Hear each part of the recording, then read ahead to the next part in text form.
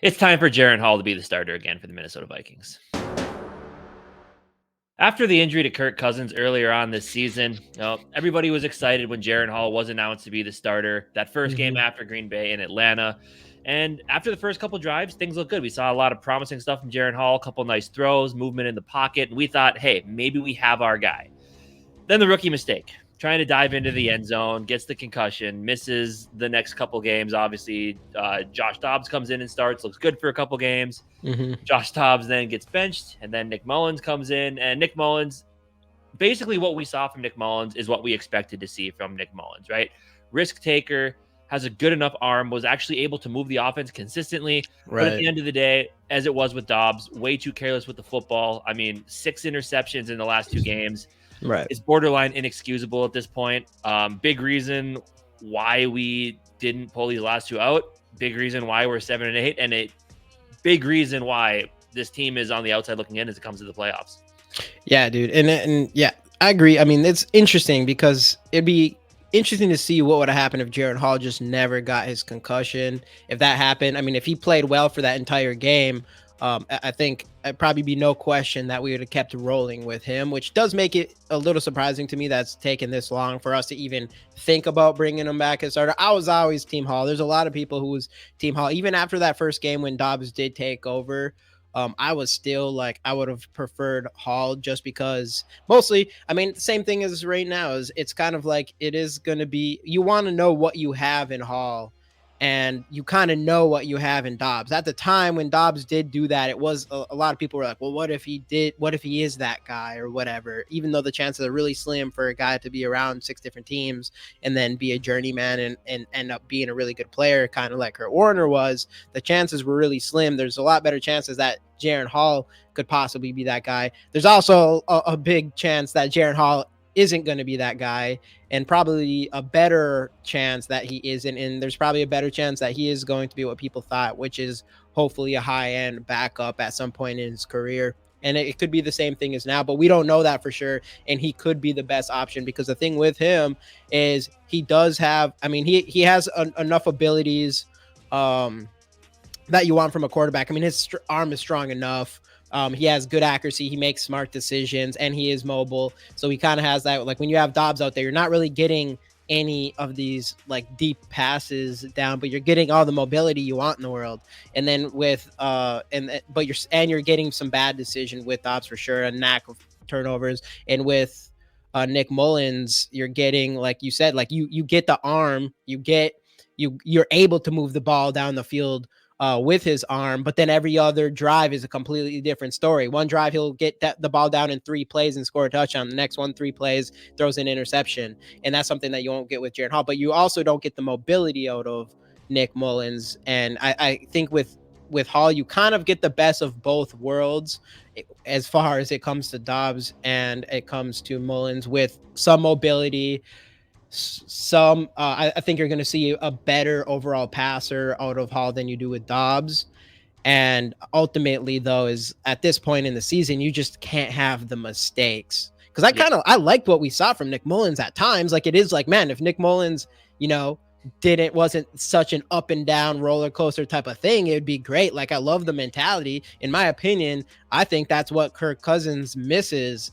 And I know a lot of people right now, I mean, the recency bias, as soon as, we have these backup quarterbacks come in, everybody is on team Kirk. And obviously Kirk is going to be better for this team than some backup quarterbacks. But I still do think like Kirk is missing that gunslinger mentality. I wish he would have that.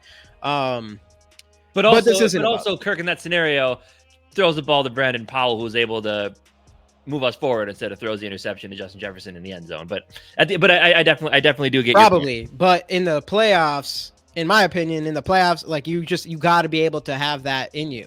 You got to have that in you. You can't be too safe all the time. And yeah, in some scenarios it's going to work, but there's a reason why you see a guy like Patrick Mahomes. He's a gunslinger. He's going to make that throw. Like last game for Patrick Mahomes, I mean, he had 3-4 interceptions. I think he had 3 interceptions in that game. And of course, he's going to have those games. It's Patrick Mahomes. He still has 2 Super Bowls, even though anybody can argue, yeah, but look, he has 3 interceptions. Yeah, he has two Super Bowls.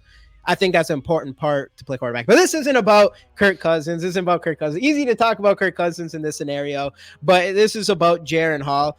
And one more thing before pushing it off to you, and this is something that because you've been kind of a little bit more up and down. You weren't so like, hey, I want to see Jaren Hall, because you're like, hey, I mean, if we haven't seen Jaren Hall yet, what does this mean with KOC and Jaren Hall? And you've brought this to my attention as well. Like, well, look at what happened with Mike Zimmer and Kellen Mond. Everybody wanted to see Mond at the end of the season, and Zimmer's like, I see him practice, like he's not good or whatever. That's pretty much what we all got from it, which is a good point, though.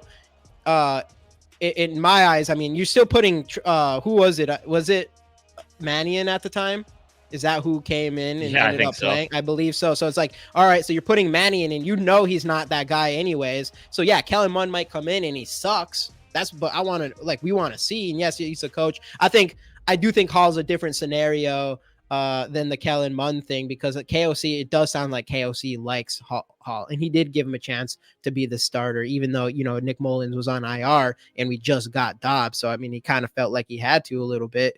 But you do want, at the end of the day, like, you want to know what you have in Mond, especially, or not Mond, in Jaren Hall, especially going into this offseason with Kirk Cousins' contract up in the air, and figuring out what we're going to do with that. And if we're going to draft the quarterback early, which most people want us to do at this point, but Jaren Hall is always going to be that question mark. And we've seen the little bit of time he's played. I mean, we've seen some positive things. So you do want to see, like, what do you have in this guy?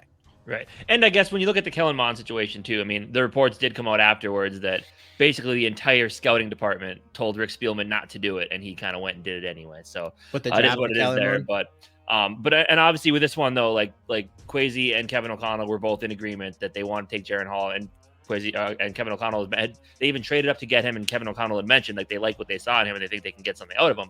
But I mean, it does sound like there's a legitimate shot that this is more than just like fan speak and wanting Jaren Hall. Like, it sounds like this is a legitimate possibility for a couple of reasons. First off, yesterday the reports came out that there was strong consideration about making that switch to Jaren Hall, and then that was kind of backed up within his press conference yesterday when they asked him about the quarterback situation, and he kind of just said, like, we got to think of what gives us the best opportunity to be explosive while also possessing the football. And he pointed out, it's like just some of the mistakes that Nick Mullins made were critical errors, and he straight up said that in his press conference. So, and then I saw Kevin Seifert tweeted today as well that it does seem odd that they're still not ready to make the announcement, and they kind of said, like, if he was going to stick with Nick Mullins, he'd have probably said it by now. So I do think there's probably 70-30 chance that I think Jaren Hall gets the start, and not just against the Packers. I don't think it's going to be a performance dependent. I think it's going to be,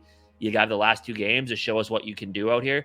And I don't know, at this point, I'm excited to see it. And maybe that's just me being on the safe side and knowing like you're in the playoffs still. And I get that going with Nick Mullins was the safer option, because you have tangible evidence. What you have, a guy who can move the football. Right. I guess I had never thought he was that bad with interceptions, where he makes like that many just bonehead mistakes. And I also didn't know he was that much of a gunslinger in general either. Like, I didn't know he was just like, I don't care if I have 10 interceptions, I'm still going to throw the ball down the field or whatever. Yeah. Which, I mean, again, you appreciate it and you respect it, but also, but it can only go so far. Right. But and as you kind of mentioned earlier, you said, man, if he could just keep it steady and not have the ups and downs, he'd be pretty good. Exactly. Because if he could keep it steady and didn't have the ups and downs, the dude would be a starting quarterback in this league. And again, he's a guy that if you need to come in for 2 games just to, if your quarterback has a minor injury, you're going to be fine. Right.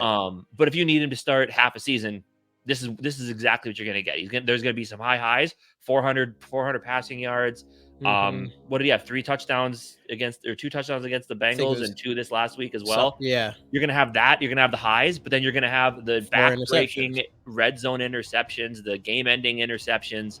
You're gonna have those. You're gonna have those plays as well. So I don't know, man. And I'm completely on board. Get Jaren Hall in there, man. See what you got in him. I mean, again, it's low risk, high reward, right? Like, if it doesn't work out, he was a 5th round pick. If it does work out, he's a 5th round pick, and you have a legitimate quarterback option for next season. And then you're not penciled into re-signing Kirk Cousins or penciled into drafting a quarterback in the 1st round. So I mean, and especially at this point, outside looking in, if you need that little bit of spark to get back in it, this is kind of what you have to do. So Yeah. I think it's time we see Jaren Hall and let it ride. Yeah, and it will be the interesting thing. It'll be interesting because if he does play and he does play well, and we end up missing playoffs, like if we win the next two games and then the Rams and because we need to win the next two games and we need the Rams and the Seahawks to one of them to lose one if we want to make playoffs or whatever. That's the scenario we're in. And if he comes out and wins both those games and he plays a good job, has a good job, and we still end up missing playoffs, then it comes back to like, all right, what was KOC doing waiting this long? Because it's just at this point, I mean, if it comes down to Hall at the end here, like if you're a fan, you've been saying this whole time, like you know what Josh Dobbs is, you know what Nick Mullins is, like we know that, they know that, the coaches know that. So it is for me this whole time. It's like, you know, they're a backup quarterback. You don't know for sure what Hall is. I mean, he might be a worse option, but is it like how much of a worse option can it possibly be? A guy, you're talking about guys who've turned the ball over like 4 times in a game. It can't be that much worse than that. I mean, it could. I mean, if it is, but I don't know. So it'll be interesting to see what happens there because I'm sure if Hall comes in and looks good, then it's going to be brought up again with Kevin O'Connell taking too long to make decisions with some of his players. Kind of I don't know if it's a loyalty to his starters. See, I don't really know don't. what he is. Once he makes that decision, I think it's a problem with me. It's a problem with me. I think it's kind of I think it's an unfair criticism personally. Like again, if you're in the playoffs, you have to go with the safer option, the option that you know what you're going to get out of the deal. It's I don't know. To me, it's different if you need that spark. If you're you know, a couple games out and you've been on a losing streak and you just need a spark like that, kind of like we do right now, I think it's a better decision. But when you're in the playoffs and you're planted in the 6th seed like we were at the time, I don't know. I personally don't see it that way, and I guess and that's whoever you ask. It's all going to depend on feelings about Kevin O'Connell and feelings about feelings about the future team here. And that's at the end of the day, that is kind of what it comes down to. Depending on who, I've heard many arguments, and with those people, you can kind of pin where they're at with this team and what they want them to do going forward in the next year. But for this team right now, in the scenario they're in, 7-8, outside looking into the playoffs, it's probably it's the time to make the change. I mean, I mean, I think it is. I thought it was like, obviously I thought it was before, but because I think, you know, that's the thing though, is I don't know. I just don't think you always have to be safe. And I like you, it's not like, I just think Nick Mullins, like, you can't tell me that's the safe choice. You can't tell me that's a safe choice. I don't care if you have a rookie quarterback. It's not for sure the safe choice. Obviously he's not a safe quarterback at all.